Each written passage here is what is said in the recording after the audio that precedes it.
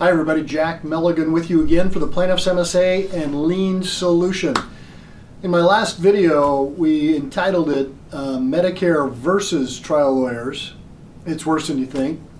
This one we've entitled Medicare BS and Trial Lawyers.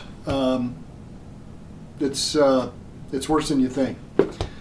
So why am I saying that? Well, this week we've got new rumors. Nothing in writing, but new rumors out of Medicare that they're going to, they're aiming to issue guidance on Medicare MSAs by next March 2020. That's a long ways away, still a year. And the type of guidance, once again, that they have been in 5 years of process to issue, is not guidance on whether MSAs are required. Clearly they are not. It's guidance on voluntary submission of a liability MSA to CMS for review and approval, and then creating thresholds of case sizes for those voluntary submissions. By the way, we haven't changed our opinion about voluntary submission of an MSA. We don't think you should do it. Not going to say not to do it ever, because there may be exceptions, but as a general rule, we wouldn't submit a liability MSA to CMS for review and approval simply because it opens the door for them to then demand that more money be put into that MSA, whether it makes sense or not, and whether it can be medically supported or not. And we've seen that in many cases in the workers' comp side.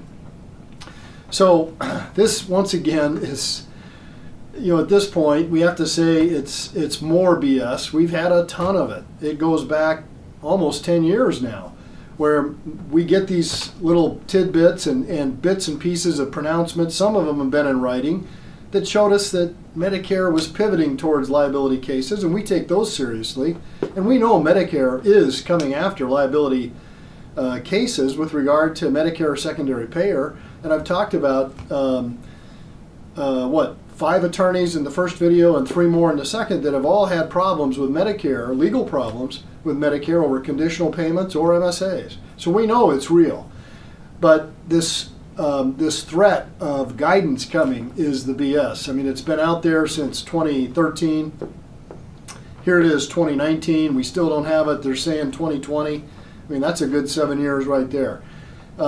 It kind of makes you think that part of their plan is, until they can get their act together, they're going to continue to drop little tidbits out there and use those to, like an Australian sheepdog is used by a shepherd to keep the sheep in compliance in the pen by nipping every once in a while at one of the sheep's heels. This is just another one of those nips to kind of let everybody know that Medicare is still out there and they're still looking at this, and no, they haven't gotten their act together yet, but it's coming. So pay attention and fly right. Look, here's the takeaway out of all this. Nothing to be afraid of, except if you do nothing.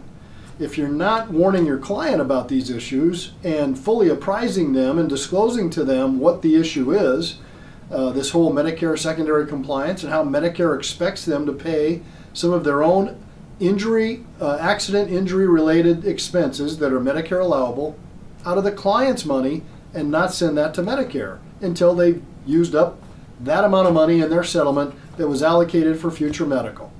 That's it. If you don't do that, it's pretty clear that you, at the very least, you could get a very angry phone call from a client who says, hey, my bills are being denied by Medicare because of the settlement you got me on my case, and they're telling me I need to spend money out of my own settlement to pay some of these bills, but I've got no money left, and I didn't put anything aside anywhere to help pay these bills. I didn't know I needed to or had to. That's going to come back on you. But we've got the answers to that.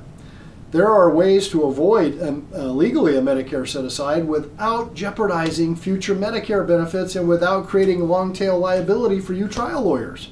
We know them. I've lectured on them. I produced a digital file to give you the 3 ways to legally avoid a Medicare set-aside and to avoid Medicare on this issue. And then what we're all about here at PMLS is if we can't help your client avoid this using one of those three ways, then we guarantee that we will deliver to them the absolute rock bottom dollar amount in the form of an MSA allocation study that is reasonable and defensible for them to consider putting aside somewhere and using as a fund to pay those future medical bills. So if we can help you with this, give us a call. There's no need to be afraid of it, but there is a need to be afraid if your choice of dealing with this is to simply ignore it and not say anything to your client. That is the worst possible situation. It needs to be confronted head on, and you don't have to fear that it's going to take a disproportionate amount of your client's settlement to achieve these results. It's actually quite economical the way that we approach it and the way that we do it, and the way we do it is reasonable and defensible, and that's what we're about here. So this has been Jack Meligan for the Plaintiffs MSA and Lien Solution. Back to you again soon.